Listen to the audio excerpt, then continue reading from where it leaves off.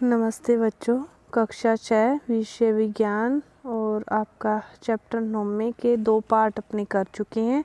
तीसरा और last part अपने अभी स्टार्ट कर रहे हैं। तो देखो कहाँ से है कि कुछ जलीय पौधे जल सतह पर प्लवन करते हैं और आंशिक रूप से जलमग्न पौधे उनकी जड़ें मिट्टी में स्थिर और कुछ पौधे पूर्णतः जलमग्न कि सभी प्रकार के पौधे पाए जाते हैं। कुछ पौधे तो पूरे ही जल के अंदर रहते हैं, कुछ सतह पर रहते हैं और कुछ आधे रहते हैं। तो इनमें से जो कुछ पौधों की जो जड़ें हैं वो जलाशय की तलहटी की मिट्टी में स्थिर रहती है और स्थलीय पौधे में जल मिट्टी से जल और खनिज पोषकों के अवशोषण का महत्वपूर्ण कार्य करती है। जो जड़ें हैं वह ही इन सारी जो महत्वपूर्ण प्रकाश संश्लेषण की क्रिया में जो पोषक तत्व और खनिज लवण चाहिए उनको भूमि से या पानी से मिट्टी से ग्रहण कर कर पत्तियों तक पहुंचाने का कार्य जड़ व तना ही करते हैं। परंतु जलीय पौधों में जड़ें आकार में बहुत मोटी होती है एवं इनका जो मुख्य कार्य होता है वो पौधे को तलहटी में जमाए रखना होता है। जो जलीय पौधे होंगे बिल्कुल ही जल के अंदर होंगे तो उनकी जड़ों का एक कार्य और हो गया कि उनको उस पर जमाए रखना। इनमें से कुछ पौधों की जो जड़ें हैं वो जलाशय की तलहटी की मिट्टी में स्थिर रहती है कि वो उस मिट्टी में क्या हो जाती है, स्थिर हो जाती है, उसको एक सीधा खड़ा रखने का आधार प्रदान करती है। स्थलीय पौधे में जड़ मिट्टी से जल और खनिज पोषक तत्वों का महत्वपूर्ण का कार्य करती है, परंतु जलीय पौधे की जो जड़ें हैं वो मोटी होती है और तलहटी में जमाए रखने का कार्य करती है। इसके बारे में अपने पढ़ चुके हैं। तो इन पौधों का तना लंबा, खोखला, हल्का होता है। तना जल की सतह तक वृद्धि करता है जबकि पत्तियां, फूल जल की सतह पर प्लवन करते हैं, तैरते रहते हैं। कुछ जलीय पौधे जल में पूर्ण रूपेण डूबे रहते हैं और कुछ पौधों के सभी भाग जल में वृद्धि करते हैं। इनमें से कुछ पौधों की पत्तियां संकरी एवं पतले रिबन की तरह होती है। यह बहते जल में सरलता से क्या हो जाती है, मुड़ जाती है। कुछ अन्य जलमग्न पौधों में पत्तियां बहुत अधिक विभाजित होती है जिससे जल इनके बीच में बहता रहता है और पत्तियों को कोई भी क्षति नहीं होती क्योंकि वो वहीं पर रहती है तो उन्हीं के अनुकूल हो जाती है उसी वातावरण के। मेंढक आमतौर पर तालाब में पाए जाने वाला एक जंतु है। यह तालाब के जल स्थल दोनों पर ही रह सकता है। यह जरूरी नहीं कि यह तालाब में रहता है, आपने अपने घरों में भी मेंढक को देखा होगा। तो ये एक ऐसा जंतु है जो जल व स्थल दोनों में रह सकता है। इसके पक्षपाद लंबे एवं मजबूत होते हैं जो उसको छलांग लगाने और शिकार पकड़ने में सहायता प्रदान करते हैं। ये क्या छलांग लगाकर चलता है, ये आपने देखा होगा। इसके पक्षपाद में जाल युक्त पादंगुलियां होती है जो उन्हें तैरने में भी सहायता प्रदान करती है, छलांग लगाने में भी और तैरने में भी सहायता प्रदान करती है। हमने केवल कुछ ही जंतुओं एवं पौधों की चर्चा की जबकि विभिन्न आवास में रहने वाले जीवों की संख्या बहुत अधिक है। अपने तो बस थोड़े ही पढ़े हैं लेकिन ऐसे नहीं कितने ही रहते हैं, बहुत अधिक असंख्य मतलब जीव जंतु रहते हैं। जबकि विभिन्न आवास में रहने अध्याय 7 में सुझाए गए क्रियाकलाप के अंतर्गत जब आप पत्तियों की एल्बम तैयार कर चुके होंगे तब तक आपने पौधों की अनेक प्रजातियों के बारे में जानकारी कर ली होगी। कल्पना कीजिए कि यदि हम पृथ्वी के सभी क्षेत्रों में उपलब्ध पौधों की पत्तियों का एल्बम तैयार करें तो उनमें कितनी विविधता होगी, बहुत अधिक विविधता होगी। इसके बाद हमारे आसपास के जीव कि हमने विभिन्न आवास क्षेत्रों की यात्रा की तथा अनेक पौधों एवं जंतुओं की चर्चा भी की। तो क्रियाकलाप 1 में हमने विभिन्न परिवेश में पाए जाने वाले सभी वस्तुओं, पौधों व जंतुओं की सूची बनाई। तो कल्पना कीजिए कि यदि हम जानना चाहें कि हमारी सूची में सजीव के कौन से उदाहरण हैं तो देखो कि वस्तुओं के विषय में सोचते हैं। वर्ष, आरोही लता, विसर्पी लता, छोटे बड़े जंतु, पक्षी, सर्प, कीट, चट्टान, पत्थर, मिट्टी, जल, वायु, सूखी पत्तियां, मृत जंतु, शत्रक, काई, वन में पाई जाने वाली विभिन्न जंतुओं के उदाहरण हैं। तो इनमें से कौन सजीव हैं? ये सारे ही क्या हैं? सजीव हैं। सजीव किसे कहते हैं? जो सांस लेते हैं और अपना भोजन स्वयं मतलब बनाते हैं, वो किसकी श्रेणी में आते हैं? सजीव की। तो अपने चारों ओर पाई जाने वाली विभिन्न वस्तुओं के विषय में अपने सोचकर सजीव व निर्जीव की सूची आसानी से बना सकते हो। सजीव जो सांस लेते हैं और अपना भोजन बनाते हैं, खाते हैं, वो क्या हैं? सजीव हैं। और जो सांस नहीं लेते वो क्या हैं? निर्जीव हैं।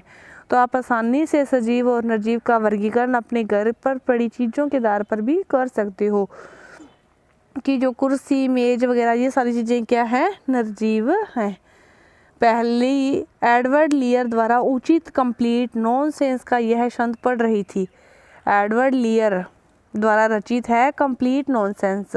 उसी के अंदर एक ये छंद लिखा हुआ है, पहली जो पढ़ रही है कि मेज ने कुर्सी से कहा, तुम्हें पता नहीं है मैं गर्मी में कितनी तपी हूँ, एवं अपने पैरों की विवाई से यदि हम थोड़ा टहल पाते, हम थोड़ा बोल पाते, प्रार्थना करो हम वायु ले सकें। मेज ने कुर्सी से कहा, कुर्सी ने मेज से कहा, अब तुम जानती हो कभी हम समर्थ नहीं हैं, कभी हम समर्थ नहीं हैं। तुम कैसी मूर्खतापूर्ण बातें करती हो कि हम इतने समर्थ नहीं हैं कि चल पाएँ, घूम पाएँ, थोड़ी हवा ले पाएँ, हम इतने समर्थ नहीं हैं। तुम मूर्खतापूर्ण बातें कर रही हो, जबकि तुम जानती हो हम चल नहीं सकते। तो मेज ने ठंडी सांस भरते हुए कहा, कोशिश करने में क्या हर्ज है, मेरे पास भी उतने पैर हैं जितने तुम्हारे पास, हम 2 पैरों पर क्यों नहीं चल सकते। ये एडवर्ड लियर द्वारा रचित है। तो पहली और बूजो को कविता बहुत मज़ेदार लगी क्योंकि वे जानते हैं कि कुर्सी व मेज क्या है? सजीव नहीं है। ये न तो चल पाते हैं और ये न ही बोल पाते हैं। हम जानते हैं कि कुर्सी, मेज, पत्थर, एक सिक्का सजीव नहीं है। इस प्रकार हम जानते हैं कि हम जीवित हैं।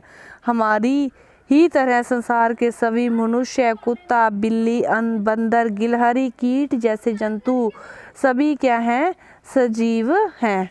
हम कैसे पता चलता है कि कोई वस्तु सजीव है? तो सजीव और निर्जीव के बारे में मैं आपको बता चुकी हूँ कि जो चीज़ श्वसन करती है, सांस लेती है, तो वह किस श्रेणी में आती है? सजीव में। तो कभी कभी यह निर्णय करना इतना आसान नहीं होता।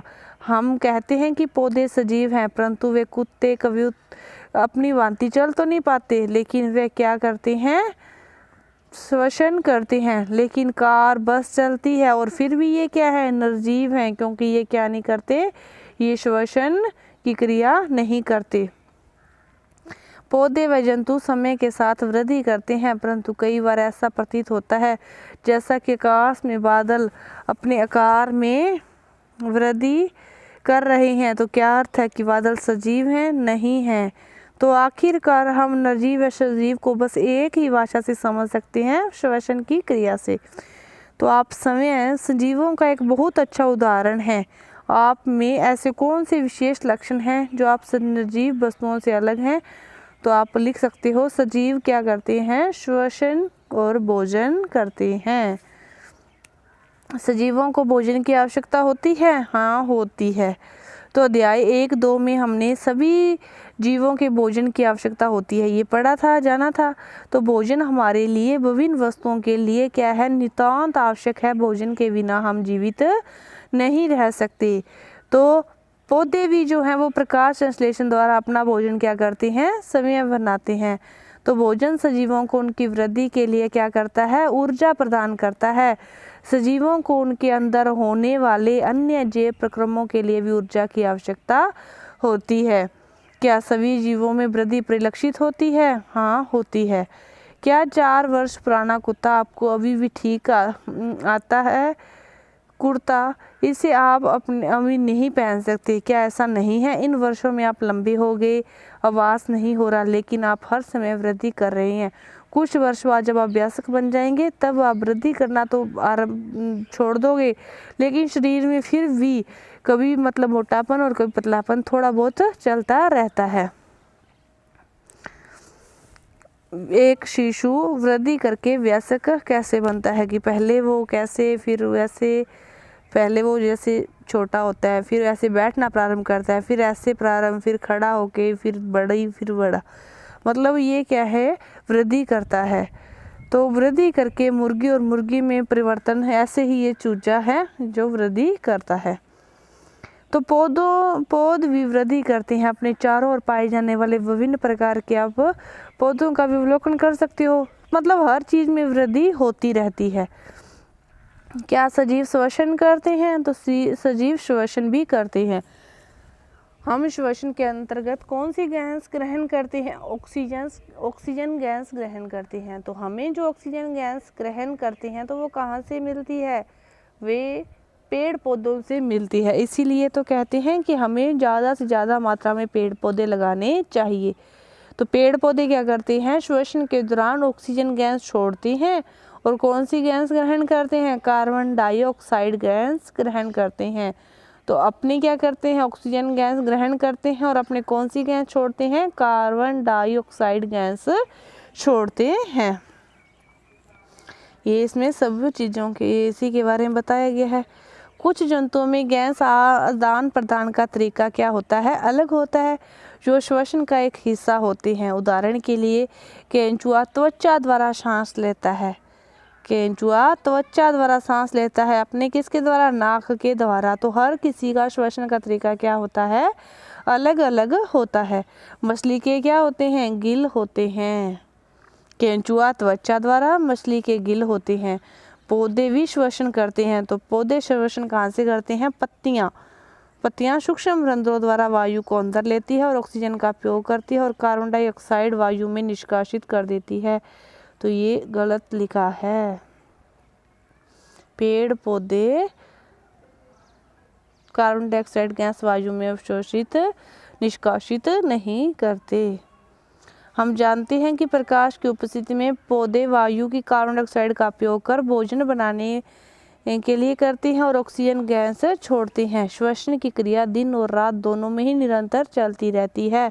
भोजन बनाने की प्रक्रिया में निष्कासित ऑक्सीजन की मात्रा पौधों द्वारा श्वसन में उपयोग की गई ऑक्सीजन की अपेक्षा बहुत अधिक होती है। क्या सभी सजीव उद्दीपन के प्रति अनुक्रिया करते हैं? जब आप नंगे पैर टहल रहे हों और आपका पैर अचानक किसी कांटे या नुकीली वस्तु पर पड़ जाए तो आप किस प्रकार अनुक्रिया करेंगे? आप किस प्रकार अनुक्रिया करेंगे? जल्दी से क्या करोगे? पैर को वहाँ से हटाओगे। तो आप अंधेरे से स्थान से अचानक तेज धूप में आते हैं तो क्या हो जाती है? आंखें क्या होती है? धूप से अंदर जाओ या अंदर से बाहर धूप में आओ तो आंखों पर प्रभाव पड़ता है ना। तो ये सारी चीज़ें किसके अंतर्गत आती है? उद्दीपन के अंतर्गत आती है। ये सारी चीज़ें किसके अंतर्गत आती है? उद्दीपन के अंतर्गत आती है। क्या दूसरे जंतुओं में भी उद्दीपन होता है?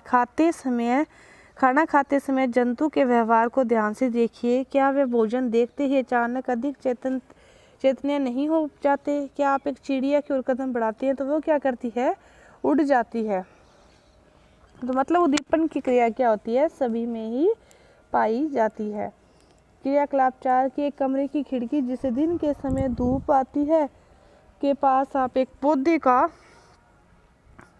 गमला रख दीजिए और कुछ दिनों तक पौधे को नियमित जल देते रहिए। क्या यह पौधा खुले स्थान पर रखे पौधे की तरह सीधा ऊपर की ओर वृद्धि करता है? यदि यह सीधी वृद्धि नहीं कर पाता तो ज्ञात कीजिए कि यह किस प्रकार मुड़ता है। तो आपके विचार में इसमें भी क्या होगा? उद्दीपन होगा। सीधी वृद्धि ये नहीं करेगा, ये धूप की ओर मुड़ेगा। तो सजीवों में उत्सर्जन। सभी सजीव क्या करते हैं? भोजन करते हैं। जीव इस ग्रहण किए गए भोजन की संपूर्ण मात्रा का उपयोग नहीं करते। आहार का केवल कुछ ही भाग उनके शरीर के द्वारा उपयोग में आता है और बचे हुए शेष भाग को वह अपशिष्ट पदार्थ के रूप में क्या करते हैं? बाहर निकालते हैं, निष्कासन करते हैं। इस क्रिया को क्या कहते हैं? उत्सर्जन कहते हैं। और पेड़ पौधों में भी उत्सर्जन होता है। हर किसी में होगा, वो बचे हुए भाग का उत्सर्जन करते हैं। पौधों को कोई हानि नहीं पहुंचती। कुछ पौधों में अपशिष्ट पदार्थों का निष्कासन स्राव के रूप में होता है। उत्सर्जन सजीवों का दूसरा सामान्य लक्षण है और सभी सजीव प्रजनन करते हैं। कई पेड़ जो जीव जंतु अंडे देते हैं और कई सीधे ही शिशु को जन्म देते हैं। तो सभी सजीव प्रजनन करते हैं। जंतु प्रजनन द्वारा अपने समान संतान उत्पन्न करते हैं और भिन्न जंतुओं में प्रजनन का जो ढंग होता है वो अलग अलग होता है। कुछ जंतु तो अंडे देते हैं और कुछ जंतु सीधे शिशु को जन्म देते हैं। पौधे भी प्रजनन करते हैं। जंतुओं की तरह पौधों में भी प्रजनन के तरीके भिन्न भिन्न होते हैं। बहुत से पौधे तो बीजों के द्वारा और नहीं तो कई कलम के द्वारा, जैसे गुलाब की अपने कलम लगा लेते हैं, मतलब गुलाब की एक पकी हुई टहनी को काट कर दूसरी जगह अपने बो दे तो उससे ही गुलाब अंकित हो जाता है। नहीं तो अपने कईयों के बीज लगाते हैं, तो ये भी क्या है, एक प्रकार का प्रजनन है। कुछ पौधे बीज के अतिरिक्त अपने काई के जनन, वही बात आ गई, कली के द्वारा आलू में भी होता है, गुलाब में भी और अन्य भागों में कईयों में भी होता है। क्रियाकलाप 5 है। गुलाब या मेहंदी की दड़ कलम लीजिए और इसे मिट्टी में लगाइए। इसे नियमित रूप से जल दीजिए और कुछ दिनों बाद आप क्या देखते हैं कि कलम से पौधा बनाना सरल कार्य नहीं है। यदि अपनी कलम में वृद्धि नहीं हुई तो निराश न होएं। यदि संभव हो तो एक माली से बात करके भी आप उसकी देखभाल करके कलम से पौधा बना सकते हैं। और क्या सजीव गति करते हैं? सजीव गति करते हैं, वे एक स्थान से दूसरे स्थान तक जाते हैं और शरीर में अन्य प्रकार की भी गतियां करते हैं। पौधों की बात करें तो पौधे सामान्यतः भूमि में जकड़े रहते हैं, इसीलिए वे एक स्थान से दूसरे स्थान तक तो नहीं जा सकते, परंतु फिर भी वह मतलब एक भाग से दूसरे भाग में जैसे कुछ पोषक तत्वों, खनिज लवणों को एक दूसरे से दूर पहुँचाते हैं, तो ये भी क्या है, गति का प्रकार है।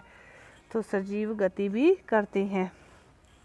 लेकिन कुछ निर्जीव भी गति करते हैं, बस कार, कागज़ का टुकड़ा, तो लेकिन ये सजीवों के अंतर्गत नहीं आते। मृत्यु सजीवों के लिए एक सामान्य लक्षण है और चूंकि जीव की मृत्यु होती है इसलिए जीव की प्रजातियां हजारों वर्ष तक अपने अस्तित्व में रह जाती है।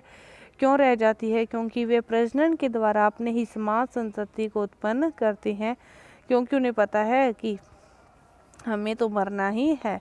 एक अकेला जीव प्रजनन किए बिना भी मर सकता है, परंतु सजीव की प्रजाति तभी अस्तित्व में रहती है जब उसके कि यह तो सृष्टि का नियम है कि जो इस संसार में आया है उसे एक न एक दिन इस संसार से जाना ही होगा। तो प्रजनन के द्वारा वे अपनी जाति को अस्तित्व में बनाए रखते हैं और मृत्यु तो निश्चित है ही। इसके बाद हमने देखा है कि सभी सजीव वस्तुओं में कुछ विशिष्ट लक्षण समान रूप से दिखाई देती है। भोजन की आवश्यकता सभी को है, प्रजनन की है, गति की है, वृद्धि की है और मृत्यु भी सभी की होती है। तो ये लक्षण तो सभी में सेम होगी, लेकिन क्या हम ऐसा कुछ निर्जीव वस्तुओं को जानते हैं जिनमें कुछ इन लक्षणों में से कुछ लक्षण दिखाई देते हैं? कार, साइकिल, घड़ी, नदी, इनमें क्या है, गति होती है। आकाश में चंद्रमा गति करता है और बादल में क्या होती है, वृद्धि होती है। तो हमारे जैसे लक्षण उसमें भी होते हैं, लेकिन वे चीज़ें क्या है, निर्जीव हैं। सामान्यतः सजीवों में वे सभी लक्षण पाए जाते हैं जिनकी चर्चा हमने की, परंतु निर्जीव में सभी लक्षण एक साथ दिखाई नहीं देते। यह हमेशा सत्य है कि हमें सभी सजीवों में वे सभी लक्षण जिनकी हमने चर्चा की हमेशा निश्चित रूप से दिखाई देते हैं, और निर्जीवों में सभी लक्षण कभी एक साथ दिखाई नहीं देते, उनमें मात्र 1 या 2 लक्षण ही दिखाई देते हैं। इस विषय को और अच्छी प्रकार से समझने के लिए आइए किसी बीज के विषय में विचार करें और कुछ विशिष्ट उदाहरण देखते हैं। मूंग के बीज के बारे में, तो क्या यह जीवित है? यह एक दुकान या भंडार में महीनों रखा जाता है और इसमें कोई वृद्धि नहीं होती, लेकिन जीवन के अन्य लक्षण भी दिखाई नहीं देते, परंतु जब हम इन बीजों को मिट्टी में बोकर जल से सींचते हैं तो यह पौधा बन जाता है। क्या महीनों तक दुकान में रखे बीज को भोजन की आवश्यकता थी या इसमें उत्सर्जन, वृद्धि, प्रजनन हुआ था? नहीं, कुछ भी नहीं हुआ था और इसे किसी भी चीज़ की आवश्यकता नहीं थी।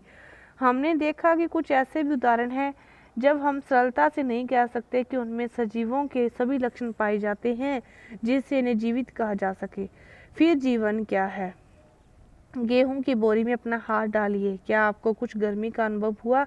गेहूं की बोरी में कुछ गर्मी उत्पन्न होती है, यह गर्मी बीजों के श्वसन के कारण उत्पन्न हुई है। क्या आपने कभी सोचा है ऐसा हो सकता है?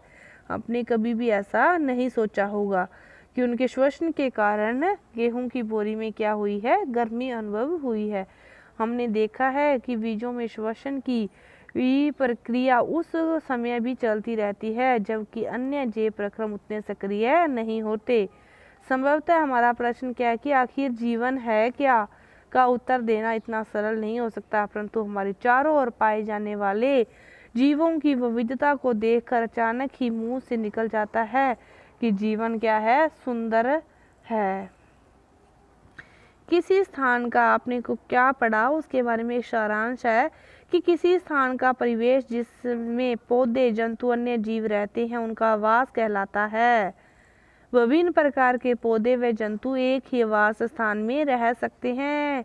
जैसे हमारे घर में रहने वाले 7, 8 कितने भी मेंबर हैं उनका एक ही आवास होता है, वैसे ही पौधों और जीवों के विशिष्ट लक्षण, स्वभाव जो उन्हें एक आवास में रहने के अनुकूल बनाते हैं अनुकूलन कहलाता है।